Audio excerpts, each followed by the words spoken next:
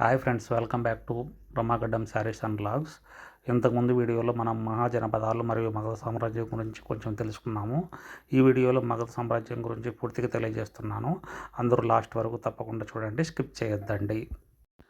మగధ సామ్రాజ్యం గురించి ఆధారమున వేదంలో తెలియజేశారని చరిత్రకారులు తెలిపారు. ఈ మగధ సామ్రాజ్యం క్రీస్తుపూర్వం 6వ శతాబ్దంలో ప్రారంభమై 4వ శతాబ్దం వరకు ఉండేది. ముఖ్యంగా దీని భౌగోళిక సరిహద్దులు చూసుకుంటే ఉత్తరాన గంగా నది వరకు, పడమర సోన్ నది వరకు, తూర్పున చంపా నది వరకు, దక్షిణాన వింధ్య పర్వతాలు లేదా చోటా నాగపూర్ పీఠభూమి వరకు విస్తరించి ఉంది. ఇది ప్రస్తుత బీహార్లోని పాట్నా గయా జిల్లాలతో పాటు జహ్నాబాదు, నాలంద, ఔరంగాబాదు, ఉత్తర జార్ఖండ్లోని కొన్ని ప్రాంతాల వరకు విస్తరించి ఉండేది. ఇది పూర్తిగా రెండవ పట్టణీకరణ చెందినటువంటి రాజ్యంగా చెప్పుకుంటారు. ఇక ఇదే కాలంలోనే జైన బౌద్ధ మతాలు ఆవిర్భవించాయి. బౌద్ధ మతం, జైన మతం గురించి కొన్ని విషయాలు ఆల్రెడీ గత వీడియోలో తెలుసుకోవడం జరిగింది. ఇప్పుడు ఇంకా మరికొన్ని విషయాలు తెలుసుకుంటే, బుద్ధుడు బౌద్ధ మత స్థాపకుడు. ఇతను ఎక్కువ కాలం మగధలో గడిపాడు. జ్ఞానోదయం బోధగయ దగ్గర జరిగింది. మొదటి ఉపన్యాసం సారనాథ్లో ఇచ్చారు. మొదటి బౌద్ధ మండలి రాజగృహలో జరిగింది. ఇక జైన మత స్థాపకుడు 24వ తీర్థంకురుడైనటువంటి వర్ధమాన మహావీరుడు. ఇతను మొదటి తీర్థంకురుడైనటువంటి రిషభనాథుడు నిర్దేశించిన పురాణ సాంప్రదాయాలు, తత్వాలు, ప్రకటనలు సంకలనం చేసి పునరుద్ధరించాడు. ఇక మగధ సామ్రాజ్యం గురించి ఎక్కువగా తెలుసుకోవాలనుకుంటే జైన బౌద్ధ మతాలకు సంబంధించినటువంటి ప్రచురణలో లేదా రచనల్లో మనకు ఎక్కువగా తెలుస్తుంది. బౌద్ధ, జైన మతాలను శ్రవణ ఉద్యమాలని పిలుస్తారు.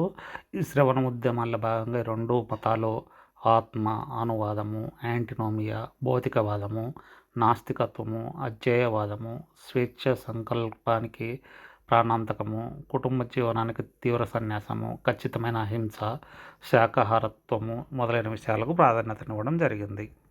మగధ రాజ్యాన్ని పరిపాలించినటువంటి రాజవంశాలు బృహద్రుద, ప్రద్యోత, హర్యాంగ వంశము, శిశునాగ వంశము, నందవంశము, మౌర్య వంశము, శుంగ వంశము, కాన్వ వంశము, గుప్త వంశము. దీనిలో ముఖ్యంగా హర్యాంగ వంశానికి తీసుకుంటే హర్యాంక వంశ స్థాపకుడు బింబిసారుడు. హర్యాంక వంశం దాదాపు 130 సంవత్సరాల పాటు పరిపాలించడం జరిగింది. ఇది 543 నుంచి 413 సంవత్సరాల వరకు పరిపాలించిందని చరిత్రకారులు తెలుపుతారు. ఇక బౌద్ధ గ్రంథాలలో ఈ బింబిసారుడిని శ్రీనిక, ఇక అతని కుమారుడైనటువంటి అజాతశత్రుని కునిక అని పిలిచడం జరుగుతుంది. ఈ బింబిసారుడు చురుకైన ధారాళమైన నాయకత్వం లక్షణాలు కలిగిన వాడు. ఇక ముఖ్యంగా అంగరాజ్యాన్ని జయించినాడు. బింబిసారుడు అతని కుమారుడైనటువంటి అజాతశత్రువు చేతిలో చంపబడ్డాడు. ఇక బింబిసారుని గురించి మరికొన్ని విషయాలు తీసుకుంటే, బింబిసారుడు బుద్ధుని సమకాలికుడు. ఇక గిరివరజను రాజధానిగా చేసుకుని పరిపాలించినాడు. ఇతను ఎక్కువగా వివాహ సంబంధాల ద్వారా రాజ్య విస్తరణ చేసినాడు. ఇక మహావగ్న అనేటువంటి ఒక బౌద్ధ గ్రంథము బింబిసారునికి 500 మంది భార్యలని తెలపడం జరుగుతుంది. మొత్తానికి చూసుకుంటే 80,000 గ్రామాలతో కలిపి ఇతను రాజ్యాన్ని ప్రారంభిస్తాడు. గిరివ్రజను రాజధానిగా చేసుకొని రాజ్య పరిపాలన చేస్తాడు. గిరివ్రజ 5 కొండలు చుట్టూ ఉండేది. కానీ 5 కొండల చుట్టూ ఉన్నప్పటికీ ఆ కొండల మధ్య దారులు మూసివేయడం జరిగింది. ఈ బింబిసారుడు తన కుమారుడైనటువంటి అజాతశత్రువు చేతిలో చంపబడతాడు. అజాతశత్రువు క్రీస్తుపూర్వం 493 సంవత్సరంలో ఈ పరిపాలన పగ్గాలు చేపడతాడు. అతని మంత్రి అయినటువంటి వత్సకార సహాయంతో ఇతడు రాజ్య విస్తరణ చేస్తాడు.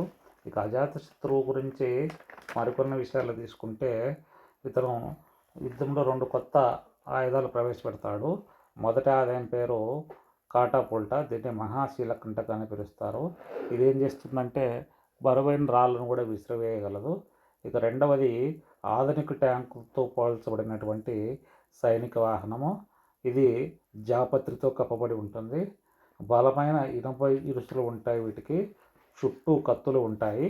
ఇక అజాతశత్రువు తర్వాత రాజధానిని గిరివ్రజ నుంచి పాటలీపుత్రానికి మార్చడం జరుగుతుంది. ఇది హర్యాంక వంశానికి సంబంధించినటువంటి విషయము. ఇక హర్యాంక వంశం తర్వాత మిగతా వంశాల విషయానికి తీసుకుంటే నందవంశము ఇది క్రీస్తుపూర్వం 362 నుంచి 322 వరకు పరిపాలించడం జరిగింది. వీరిలో మహాపద్మానందుడు గొప్పవాడు. ఇక నందవంశ స్థాపకుడైనటువంటి ధననందుడు శూద్రుడని తెలుపుతారు. అంటే రాజ్యపగ్గాలు చేపట్టినటువంటి మొదటి శూద్రవంశం ఏదంటే నందవంశం అని చెప్పుకోవచ్చు. ఇక మహాపద్మనందునికి పర్వక్షత్రయాంతక, తర్వాత అభినవ పరశురాముడు, క్రాట్ అనేటువంటి బిరుదులు కలవు. ఆ తర్వాత మరొక రాజవంశం గురించి తీసుకుంటే శిశునాగ వంశము. ఇది 345 సంవత్సరంలో, క్రీస్తుపూర్వం 345 సంవత్సరంలో ప్రారంభించడం జరిగింది. చివరి శిశునాగ పాలకుడైనటువంటి మహానందిని మహాపద్మనందుడు హత్య చేశాడు. నవనందులు అని ఉన్నాయి, అంటే మహాపద్మనందుడు మరియు అతని 8 కుమారులు కలిపి నవనందులు అని పిలిచడం జరుగుతుంది. ఇక ఇదే సమయంలో అలెగ్జాండర్ దండయాత్ర క్రీస్తుపూర్వం 326లో జరుగుతుంది. ధననందుని పతనం క్రీస్తుపూర్వం 321లో జరుగుతుంది. క్రీస్తుపూర్వం 321లో చంద్రగుప్త మౌర్యుడు చాణక్యుడి సహాయంతో ఇక మౌర్య వంశ స్థాపన చేస్తాడు. అశోక చక్రవర్తి కాలంలో ఈ మగధ సామ్రాజ్యము దక్షిణ ఆసియాలో విస్తరించి ఉంది. మగధ సామ్రాజ్యపు మొదటి రాజధాని గిరివ్రజ. దానిని రాజగృహ లేదా రాజగిరి అని కూడా పిలుస్తారు. ఇక్కడ కనిపిస్తున్నది ఆ ప్రాంతంలో ఉన్నటువంటి ప్రముఖ బౌద్ధ స్తూపము. ఇక రెండవ రాజధాని పాటలీపుత్రము. ఇది పూర్తిగా నది ఒడ్డున ఉంది. ప్రస్తుతం దీన్ని పాట్నా అని కూడా పిలుస్తున్నారు. బీహార్కు రాజధాని ప్రాంతం ప్రస్తుతం కూడా పాట్నానే. భారతదేశంలో మొట్టమొదటిసారిగా యుద్ధంలో ఏనుగులను ఉపయోగించిన వారు కూడా మగధ సామ్రాజ్య పాలకులే. ఆ చిత్రాన్ని మీరు ఇక్కడ చూడవచ్చు. ఇక్కడ కనిపిస్తున్నది కారవేలుడు వేయించినటువంటి హాతిగుంప శాసనము. ఈ శాసనంలో మహాపద్మనందుని విజయాలు, పాలనా విధానం గురించి ఉన్నాయి. ఇక భారతదేశ వైద్యశాస్త్రంలో తొలి వైద్యుడు జీవకుడు. ఇతను బింబిసారి కొలువుకు చెందినటువంటి వాడు. మీరు అతని చిత్రాన్ని ఇక్కడ చూడవచ్చు. చంద్రగుప్త మౌర్యుని ఆస్థానంలో చాణక్యుడు ప్రముఖుడు. ఇతనుని కౌటిల్యుడు అని పిలుస్తారు. ఇతను ప్రముఖ రాజనీతిజ్ఞుడు. ఇతను రచించినటువంటి అర్థశాస్త్రము చాలామంది రాజులకు రాజనీతిని నేర్పించింది. మగధ సామ్రాజ్య కాలంలో శాస్త్ర రంగాలలో గణితము, ఖగోళ శాస్త్రము, మతము, తత్వము మొదలైన వాటి విషయాలలో స్వర్ణయుగం అనిపించింది. మగధ సామ్రాజ్యము బీహారు, జార్ఖండ్, ఒరిస్సా, పశ్చిమ బెంగాల్, తూర్పు ఉత్తరప్రదేశ్, బంగ్లాదేశ్, నేపాల్ వరకు విస్తరించి ఉంది. మగధ సామ్రాజ్య విజయానికి కారణాలు ఇనుప నిక్షేపాలు, మెరుగైన ఆదాయాలు, వ్యవసాయానికి ఇనుప పనిముట్లు వాడడము, అధిక వర్షపాతము, అధిక ఉత్పత్తి, ఆర్థిక బలోపేతము, సారవంతమైన నేలలు ఉండడము, ఒండ్రుమట్టితో కూడిన నేలలు ఉండడము, ఇక పాటలీపుత్రం పూర్తిగా గంగా, గండక్, సోను నదుల సంగమ స్థానంలో ఉండడము, జల రవాణా బాగా ఉండడము, వార్తా సౌకర్యాలకు అనుగుణంగా ఉండడము, ఇక మధ్య గంగా మైదానం ఉండడము, పట్టణాల అభివృద్ధి, లోహనాల వాడకం ప్రముఖంగా చెప్పుకోవచ్చు. ఇక అందరూ లైక్ చేయడం, సబ్స్క్రైబ్ చేయడం, కామెంట్ చేయడం మరవకండి. మీ కామెంట్లే మాకు గట్టి పునాదులని చెప్పుకుంటున్నాను కాబట్టి కామెంట్లు తప్పకుండా చేయండి.